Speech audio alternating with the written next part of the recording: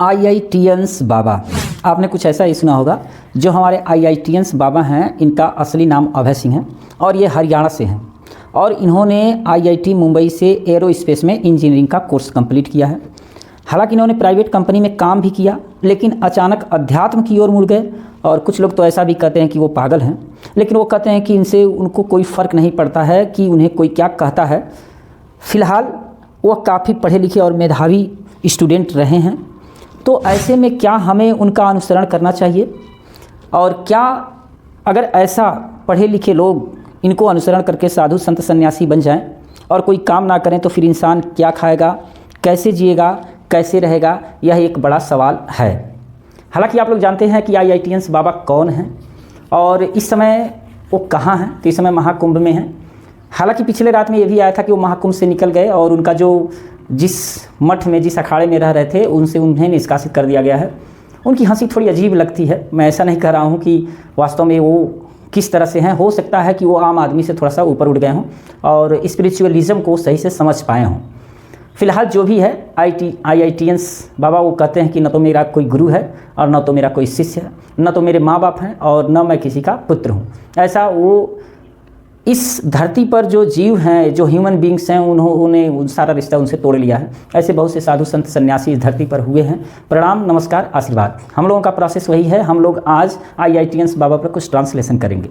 जैसे यहाँ पर आप देखेंगे तो लिखा है IITians बाबा का असली नाम अभय सिंह है।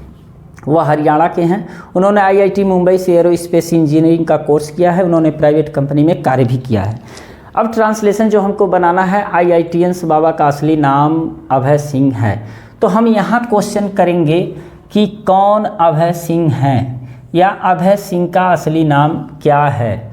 तो सब्जेक्ट हमको मिलेगा IITians बाबा का असली नाम अभय सिंह है, यानी कि सब्जेक्ट हमको मिल रहा है IITians बाबा का असली नाम। तो इसमें क्या होता है कि जब सब्जेक्ट कोई नाउन होता है या कोई प्रोनाउन होता है, अगर सिंगल वर्ड में है तब तो हम सब्जेक्ट लिख देंगे। लेकिन अगर कोई फ्रेज ऐसा मिलता है जो नाउन फ्रेज हो और उसमें प्रेपोजिशन हो और वो भी का हो, तो ऐसे में एपोस्ट्रॉफी एस लगा करके भी हम बना सकते हैं और आप का भी प्रयोग करके बना सकते हैं। तो अब यहाँ बात ये है कि एपोस्ट्रॉफी एस का प्रयोग कब करते हैं और आप का प्रयोग कब करते हैं। जो लिविंग थिंग होता है, जैसे रमेश का भाई, अगर आपको लिखना है रमेश का भाई, रमेश का भाई, तो आप इसको लिख देंगे रमेश और इसी में एपोस्ट्रॉफी एस लगा देंगे रमेश और यहाँ लिख देंगे ब्रदर, तो ये सही हो जाएगा।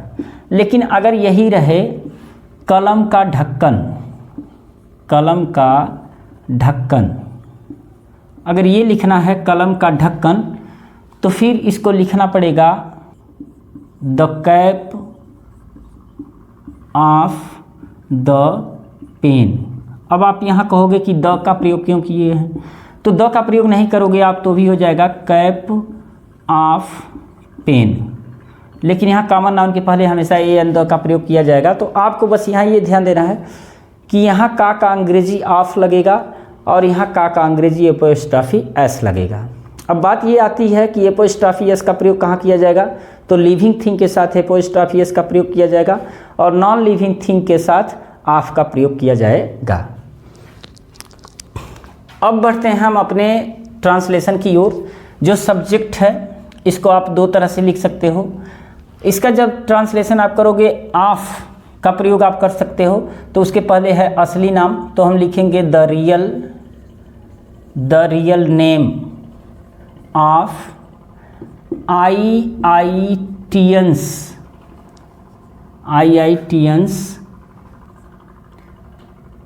बाबा। अब यहाँ देखो the real name of IITians Baba, the real name singular और बाबा सिंगुलर, इसलिए है का अंग्रेजी हम लगाएंगे इज और अभय सिंह, अभय सिंह, अभय सिंह। ठीक है।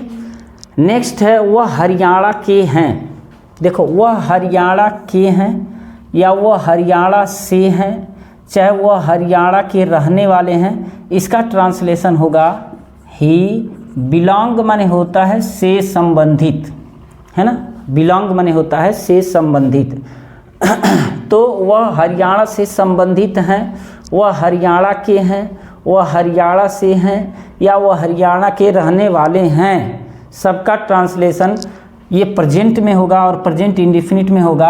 यानी कि ही बिलोंग, और बिलोंग के साथ हम यस लगा देंगे प्रेजेंट इंडेफिनिट में, क्योंकि सब्जेक्ट सिंगुलर है। तो ही बिलोंग्स, और लिख देंगे बिलोंग के साथ हमेशा टू का प्रयोग होता है, यानी कि बिलोंग्स टू और हरियाणा, हरियाणा, है ना। तो he belongs to Haryana.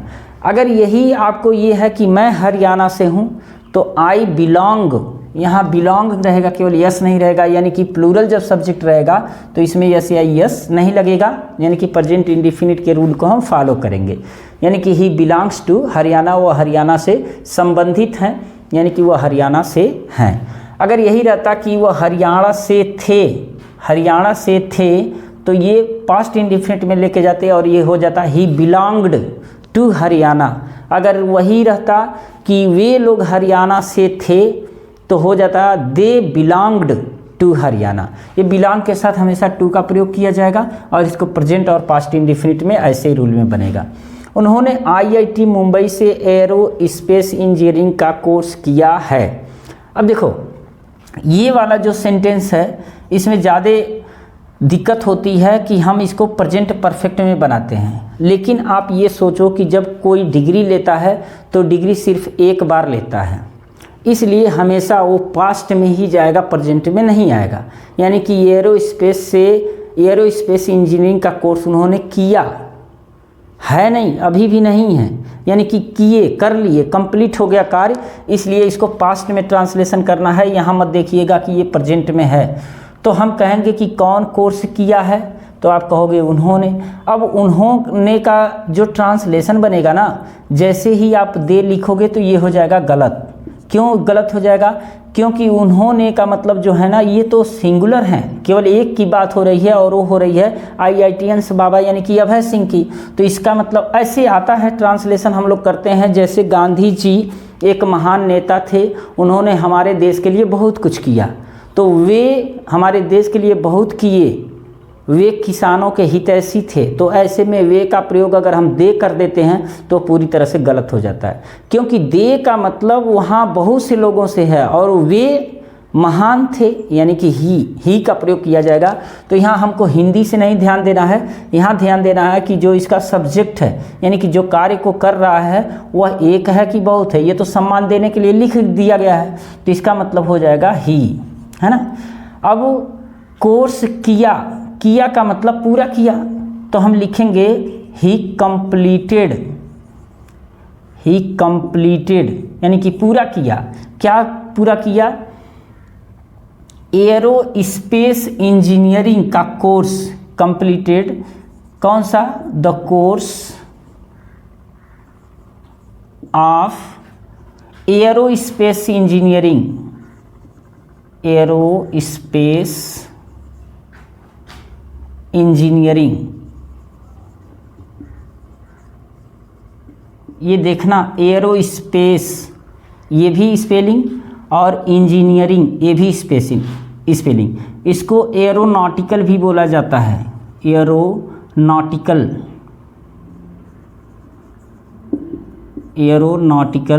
Engineering का तो यही रहेगा, है ना। तो the course of aeronautical engineering, और कहाँ से किया? तो आप लिख दोगे फ्रॉम से का मतलब यहाँ फ्रॉम लगेगा, from IIT Mumbai, IIT Mumbai. फिर से एक बार देख लो, उन्होंने आईआईटी मुंबई से एरोस्पेस इंजीनियरिंग का कोर्स किया, तो कौन किया? तो आप कहोगे उन्होंने, और उन्होंने क्या है? सिंगुलर है, तो ही का प्रयोग करेंगे। और किया तो हम डीड को डू को डीड नहीं करेंगे, क्योंकि पूरा किया ना कोर्स। तो कंप्लीटेड, अब कंप्लीटेड किया तो हम क्वेश्चन करेंगे क्या कंप्लीट किया? तो आप कहोगे कोर्स ऑफ एरोस्पेस इंजीनियरिंग या एरोनॉटिकल इंजीनियरिंग। और कहाँ से किया? तो आप लिख दोगे फ्रॉम आईआईटी मुंबई। उन्होंने प्राइवेट कंपनी में भी कार्य किया, उन्होंने प्राइवेट कंपनी में कार्य भी किया। तो अब आप कहोगे कि किसने किया, तो पता चलेगा कि उन्होंने, तो उन्होंने का अंग्रेजी फिर हो जाएगा ही। और प्राइवेट कंपनी में कार्य किया मतलब किया क्या, कार्य किया, और कार्य करना का अंग्रेजी क्या होता है, वर्क होगा, और कार्य किया है। अब यहाँ देखो ये भी एक समस्या है कि कार्य किया है, आप कहोगे कि प्रेजेंट परफेक्ट में है ये, लेकिन नहीं, उन्होंने कार्य किया ना, इस समय तो नहीं कर रहे हैं। अगर इसमें टाइम देता कि इस समय कार्य कर रहे हैं, या 2 वर्ष से कार्य कर रहे हैं, या कार्य किए हैं अभी हाल ही में, ऐसा टाइम देता, उन्होंने तो कार्य करके छोड़ दिया। तो ये अब ये इसमें अगर एक वर्ड दे दे कि उन्होंने पहले प्राइवेट कंपनी में कार्य भी किया है, तो पहले का मतलब ये पहले की बात कर रहा है, इस समय की बात नहीं कर रहा है। तो ये भले प्रेजेंट परफेक्ट में है, लेकिन ये जाएगा पास्ट परफेक्ट में, क्योंकि उन्होंने काम किया और इस समय छोड़ दिया। तो उन्होंने काम किया है का मतलब ही वर्कड, उन्होंने काम किया, एक ही बार काम किया, अब नहीं कर रहे हैं, तो ये पास्ट इंडिफिनिट में जाएगा। ही वर्कड, कार्य किया, और कहाँ, प्राइवेट कंपनी में, तो इन प्राइवेट कंपनीज। यहाँ कंपनियों में मतलब कई कंपनियों में काम किया, या एक ही कंपनी में अगर एक लिखा है तो आप एक ही लिखो प्राइवेट कंपनी। तो he worked in private company. अब यहाँ भी कार्य किया, कार्य भी किया, तो यहाँ आल्सो आप लिख दोगे एक एडवर्ब, तो उन्होंने कार्य भी किया। या आप यहाँ टू का भी प्रयोग कर सकते हैं, तो टू का भी प्रयोग एडवर्ब के रूप में हो जाएगा। या तो यहाँ आप टू का प्रयोग करें, या तो यहाँ आल्सो का प्रयोग करें, ट्रांसलेशन हो गया। उन्होंने प्राइवेट कंपनी में काम किया, लेकिन वह अध्यात्म की ओर रुख किए। हम यहाँ से क्वेश्चन करेंगे कि कौन रुख किए, तो पता चलेगा कि वह रुख किए। और जो लेकिन है, ये लेकिन क्या है, कंजक्शन है, तो इसको हम पहले लिख देंगे बट, ठीक है। और कंजक्शन के बाद जब हम सब्जेक्ट लिखेंगे ना, तो इसका ये जो जो वर्ड है ना, इस वर्ड का जो पहला लेटर है ये स्मॉल होना चाहिए। अगर कोई सेंटेंस आप शुरू कर रहे हैं तो उसका पहला लेटर कैपिटल होना चाहिए, लेकिन यहाँ शुरुआत कर रहे हैं और कंजक्शन लगाया तो स्मॉल लेटर होगा, है ना। तो बट ही, अच्छा, अब उन्होंने क्या किया, तो पहले नंबर पर तो ये हो गया। अब आ जाओ रुख किए, तो रुख किए का मतलब क्या, उधर चल दिए का मतलब क्या, मुड़ गए। तो हम इसको रुख करना का मतलब टर्न लिखेंगे। टर्न माने होता है रुख करना। और रुख किए, चले गए, खा लिए, पढ़ लिए, हंस लिए, पास्ट इंडिफिनिट है। और पास्ट इंडिफिनिट में क्या करते हैं, वर्ब का सेकेंड फॉर्म लगा देते हैं, टर्न। अब की ओर, अध्यात्म की ओर है ये, अध्यात्म की ओर, तो टू माने होता है की ओर, या टुवार्ड्स माने भी होता है की ओर। तो टर्न्ड टू, अध्यात्म मतलब होता है स्पिरिचुअल मतलब होता है आध्यात्मिक, तो स्पिरिचुअलिज्म हो जाएगा, स्पिरिचुअलिज्म, यानी कि स्पिरिचुअलिज्म, इसको स्पिरिचुअलिज्म भी बोलते हैं। और स्पिरिचुअलिज्म बोलेंगे तो आपको स्पेलिंग जो है हमेशा के लिए याद हो जाएगा। तो लेकिन वह अध्यात्म की ओर रुख किए, बट अब वह अध्यात्म की ओर रुख किए, यानी कि ही टर्न टू स्पिरिचुअलिज्म, यानी कि स्पिरिचुअलिज्म की ओर मुख गए। कुछ लोग कहते हैं कि वह पागल है, कुछ लोग कहते हैं कि वह पागल है। तो कुछ लोग कहते हैं, देखो यहाँ पर सेंटेंस खत्म हो रहा है, की कंजक्शन है, वह पागल है, तो इसके पहले जो सेंटेंस है उसका हम ट्रांसलेशन कर लेंगे, उसके बाद फिर आगे बढ़ेंगे। कुछ लोग कहते हैं, तो यहाँ कहोगे कौन कहते हैं, तो पता चलेगा कुछ लोग कहते हैं। तो कुछ लोग का अंग्रेजी क्या हो जाएगा, सम पीपल। अब कहते हैं, ता है, ती है, ते हैं, प्रेजेंट इंडिफिनिट है, तो से और से में लगेगा यस। तो आप कहोगे ये गलत हो रहा है, क्योंकि जो सब्जेक्ट है ना सम पीपल, कुछ लोग मतलब एक लोग तो है नहीं, कुछ लोग है, इसका मतलब ये प्लूरल है, और प्लूरल के साथ ही यस या यस नहीं लगता है।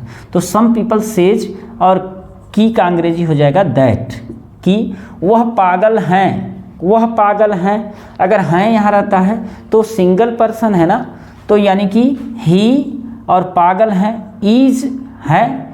अब इज लगेगा यहाँ है का अंग्रेजी, क्योंकि ये टेंस नहीं है ना, ये टाइम है और यहाँ पर वर्ब है नहीं, मतलब एक्शन वर्ब नहीं है, केवल जो है वर्ब है, यानी कि हेल्पिंग वर्ब जो मेन वर्ब के रूप में काम कर रहा है, तो इसलिए इज हम लगाएंगे। और पागल है, पागल का अंग्रेजी होता है मैड, मैड होता है, मैलियास भी होता है। पागल का अंग्रेजी मैलियाक भी होता है, इंसेन भी होता है, इंसेन, इंसेन माने पागल होता है। और मैलियाक, मैलियाक मीन्स भी पागल होता है, और डिमेंटेड मीन्स भी पागल होता है। तो मैलियाक, इंसेन और डिमेंटेड। नेक्स्ट सेंटेंस है, लेकिन वह कहते हैं कि उन्हें कोई फ़र्क नहीं पड़ता है कि कोई उन्हें क्या कहता है। अब लेकिन वह कहते हैं, यहाँ देखो, लेकिन वह कहते हैं, तो इसका मतलब ये सेंटेंस कंप्लीट है। लेकिन वह कहते हैं, बट लेकिन वह कहते हैं, यानी कि ही और प्रेजेंट इंडेफिनिट में है तो सेज। अब की का अंग्रेजी दैट। अब यहाँ फिर से सेंटेंस शुरू होगा, उन्हें कोई फर्क नहीं पड़ता है, तो ये ट्रांसलेशन कठिन है। उन्हें कोई फर्क नहीं पड़ता है, ये ट्रांसलेशन कठिन है, क्योंकि हम कहेंगे कि क्या फ़र्क नहीं पड़ता है, कौन फ़र्क नहीं पड़ता है, तो ये सेंटेंस का सब्जेक्ट मिलेगा ही नहीं। यानी कि उन्हें कोई फ़र्क नहीं पड़ता है, यानी कि वह ध्यान नहीं देते हैं, तो वह ध्यान नहीं देते हैं। वह का मतलब ही। अब ध्यान नहीं देते हैं, नहीं है तो नॉट लगाना पड़ेगा। अब ध्यान नहीं देते हैं प्रेजेंट इंडेफिनिट में तो डज लगाना पड़ेगा, यानी कि प्रेजेंट इंडेफिनिट में जब आप नॉट लगाओगे तो डज नॉट का प्रयोग करोगे, तो ही डज नॉट। अब ध्यान देना का अंग्रेजी होता है माइंड, तो ही डज नॉट माइंड, वह ध्यान नहीं देते हैं, यानी कि उन्हें कोई फ़र्क नहीं पड़ता है कि दैट। अब देखो कि कोई उन्हें क्या कहता है, कि कोई उन्हें क्या कहता है। अब क्या भी है और दैट भी है, तो यहाँ पर जब भी दैट लगेगा तो व्हाट नहीं, और व्हाट लगेगा तो दैट नहीं। तो इसका मतलब ये है कि कंजक्शन के रूप में हम दैट का प्रयोग ना करके बल्कि यहाँ व्हाट का प्रयोग करेंगे। अगर ये चीज़ें आपको समझ में नहीं आ रही हैं तो आप एक बार डायरेक्ट इनडायरेक्ट यानी कि जो नरेशन का नियम है उसको समझ लीजिएगा। नरेशन का नियम क्या कहता है कि जब भी हम इंट्रोगेटिव वर्ड लगाएंगे तो जो कंजक्शन होगा वो दैट का प्रयोग नहीं करेंगे, क्योंकि जो इंट्रोगेटिव वर्ड होगा वही कंजक्शन का काम करने लग रहा होता है। यानी कि व्हाट, अब कोई उन्हें क्या कहता है तो व्हाट एनीवन से। अब एनीवन सिंगुलर है तो सेज हो जाएगा, एनीवन सेज, और उन्हें यानी कि सेज के बाद हो जाएगा हिम, कोई उन्हें क्या कहता है। बहुत बेहतरीन ये ट्रांसलेशन है, इसको थोड़ा सा ध्यान दीजिएगा। लेकिन वह कहते हैं कि उन्हें कोई फ़र्क नहीं पड़ता है कि कोई उन्हें क्या कहता है, इसका ट्रांसलेशन होगा but he says that he does not mind what anyone says him. बहुत बेहतरीन ट्रांसलेशन है, इसको जब आप ध्यान देंगे व्हाट को तो आपको लगेगा कि हाँ ये कुछ चीज़ है। फिलहाल हालांकि वह काफ़ी पढ़े लिखे और मेधावी हैं। अब यहाँ क्वेश्चन करोगे कि कौन पढ़े लिखे और मेधावी हैं तो पता चलेगा कि वह, और यहाँ दिया हालांकि का अंग्रेजी होता है दो, तो दो। वह काफ़ी पढ़े लिखे और मेधावी हैं, यानी कि ही। अब हैं का मतलब इज, क्योंकि एक ही हैं, ही के साथ इज लगेगा, तो काफ़ी पढ़े लिखे यानी कि हाई, ये हाई को आप हाईली कर दो, हाईली एजुकेटेड यानी कि काफ़ी पढ़े लिखे, एंड मेधावी का हो जाएगा इंटेलिजेंट, काफ़ी पढ़े लिखे और मेधावी हैं। क्या हमें उनका अनुसरण करना चाहिए? देखो जब भी क्या पहले रहेगा ना तो क्या की अंग्रेजी हम व्हाट नहीं लिखते हैं। क्या जब भी पहले रहता है तो उस सेंटेंस में हेल्पिंग वर्ब क्या लगेगा उसी को हम पहले लिख देंगे। तो आप कहोगे कि इसमें हेल्पिंग वर्ब चाहिए है तो शुड लगेगा, तो शुड लिख दीजिए आप पहले, शुड, है ना, शुड। अब इसके पास किसे अनुसरण करना चाहिए, तो हमें शुड वी। अब अनुसरण करना यानी कि फॉलो, तो फॉलो में अब देखो जो ये मॉडल वर्ब है ना शुड, इसके साथ हमेशा वर्ब का फर्स्ट फॉर्म लगता है, तो शुड वी फॉलो, और उनका का मतलब देम नहीं, him, should we follow him, क्या हमें उनका अनुसरण करना चाहिए। तो इसके आगे भी ट्रांसलेशन है, लेकिन अब इतना बहुत है, इतने से आप सीख पाएंगे, तो फिर ट्रांसलेशन का सीरीज तो चलता रहेगा। तो क्या हम सभी को लोगों को ऐसा उनका अनुसरण करना चाहिए, तो मेरे हिसाब से तो नहीं। अगर मान लीजिए इस धरती पर सभी ह्यूमन बीइंग साधु संत सन्यासी महात्मा बन जाएंगे, तो फिर जो ह्यूमन बीइंग है वो जिएगा कैसे, और जीने के लिए खाएगा कैसे, और खाने की व्यवस्था करेगा कैसे, यदि वो अपने कर्म को ही छोड़ देता है। तो हमारा कर्म, जो मेन कर्म है, वो है अपने कार्यों को करना जिससे हम जिंदा रह सकें, और जिंदा रह करके उस प्रभु के बारे में जान सकें जो हमें बनाया, उस प्रभु का ध्यान कर सकें या प्रभु का प्रार्थना कर सकें अगर जिंदा रहेंगे तो, क्योंकि ये हमेशा गीता में भी लिखा गया है और हर जगह कहा भी गया है कि कर्म ही पूजा है। तो ट्रांसलेशन समझ में आया है तो चैनल को सब्सक्राइब, वीडियो को लाइक और मित्रों में शेयर कीजिए। मिलते हैं नेक्स्ट सेशन में। प्रणाम।